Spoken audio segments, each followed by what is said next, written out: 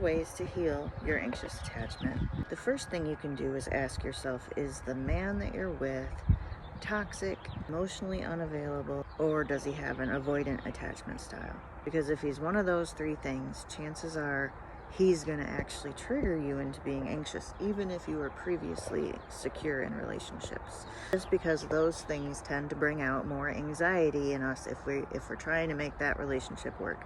But there's nothing that you can do within the relationship to make the relationship any better, because he is who he is and you're not going to be able to change that. The only way to get out of that is to end the relationship. The next thing you can do is just be aware that you have this anxious attachment, and then plan ahead for these anxious moments and think of things that you would be okay doing, you would be happy doing in the event that you're anxious about not being with him. So things like binging a TV show or a movie or reading a book or cleaning out a closet. A lot of us like to clean when we're stressed, or painting a room, yard work. There's different things that, sure, it's not going to be the most fun, but it'll take your mind off it because it's something that you enjoy doing. So brainstorm some of those things. The next thing you need to get ready to do is to feel the feelings. When your spidey senses start to tingle, just sit there, stop for a minute, and just feel what you're feeling. Because so often we reach for something to stop that anxious feeling. And usually the things we reach for tend to not be very good for us, like alcohol or drugs or texting an ex to get an ego boost. Now that you've started feeling those feelings, just reassure yourself that the things that you're thinking probably aren't true. You can't actually read his mind. The worst case scenario almost never actually happens. You know you have an anxious attachment style, so you know you tend to make these things up in your mind and they get out of control and cause problems. Quite often in these anxious attachment relationships, you'll find that what you thought was going on wasn't actually what was going on. And the more you experience that, the more you can also remind yourself of that. And I have a pretty bad track record at trying to figure this stuff out. So maybe I should just remember that the things I'm thinking probably aren't true. The next thing to do is don't give in to people-pleasing behavior. Since you have a pattern of thinking that you're not good enough as you are, we tend to fall into people-pleasing patterns where you might not want to do something, but you want to make the person that you're with happy, so you go along and you do it anyway.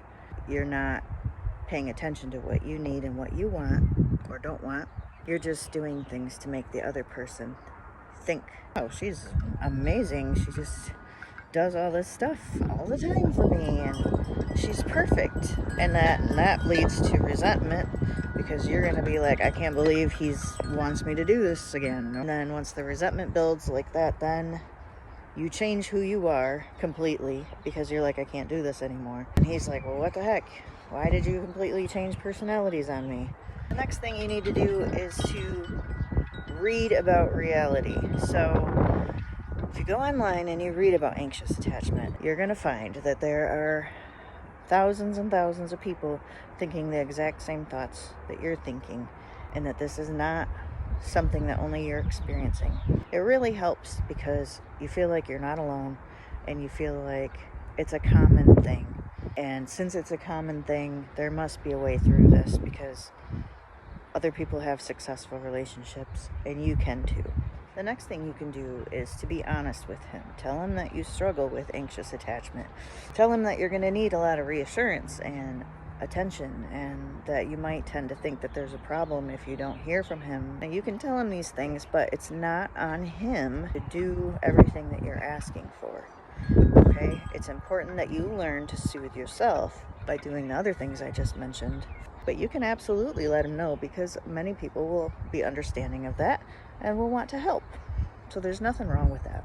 The next thing you can do is to set boundaries, set healthy boundaries for yourself. I'm not going to be in a relationship where I'm constantly left hanging and I don't hear from somebody. If that is what is going to happen, then I'm going to leave the relationship. It's on you, it's not on him once again. And that goes along with the last point about being honest with him. Setting boundaries well, while you're being honest with him, like, this is something that is just, I can't deal with. We tend to have very flimsy boundaries because, again, we feel like they're not really going to like me if I let on that I have these issues. I'm just going to kind of let him get away with whatever because otherwise he won't be with me any longer. The next thing you can do is learn to love yourself. And I know this sounds really cringy and gross to somebody with an anxious attachment because somebody in the past didn't love you the way that they were supposed to love you.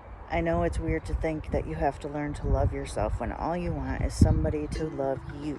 But if you want to have a healthy relationship, it starts with actually being okay with who you are alone. Don't have value when you're with somebody. It doesn't add any value to who you are. And then the last thing you can do to heal your anxious attachment is to work with me.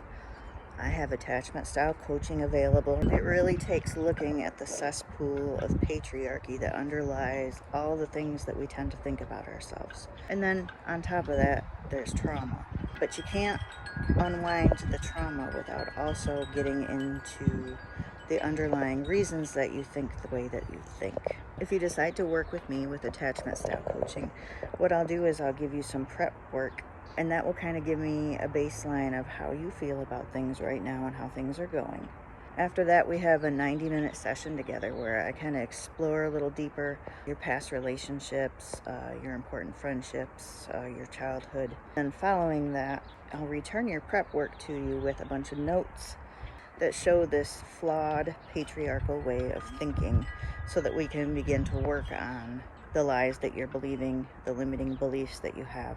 You'll have 4 weeks of one-on-one coaching with me, where I'm available anytime you need so that we can work through this action plan that I'll get back to you, make adjustments along the way, and I can answer any questions that you might have as they come up.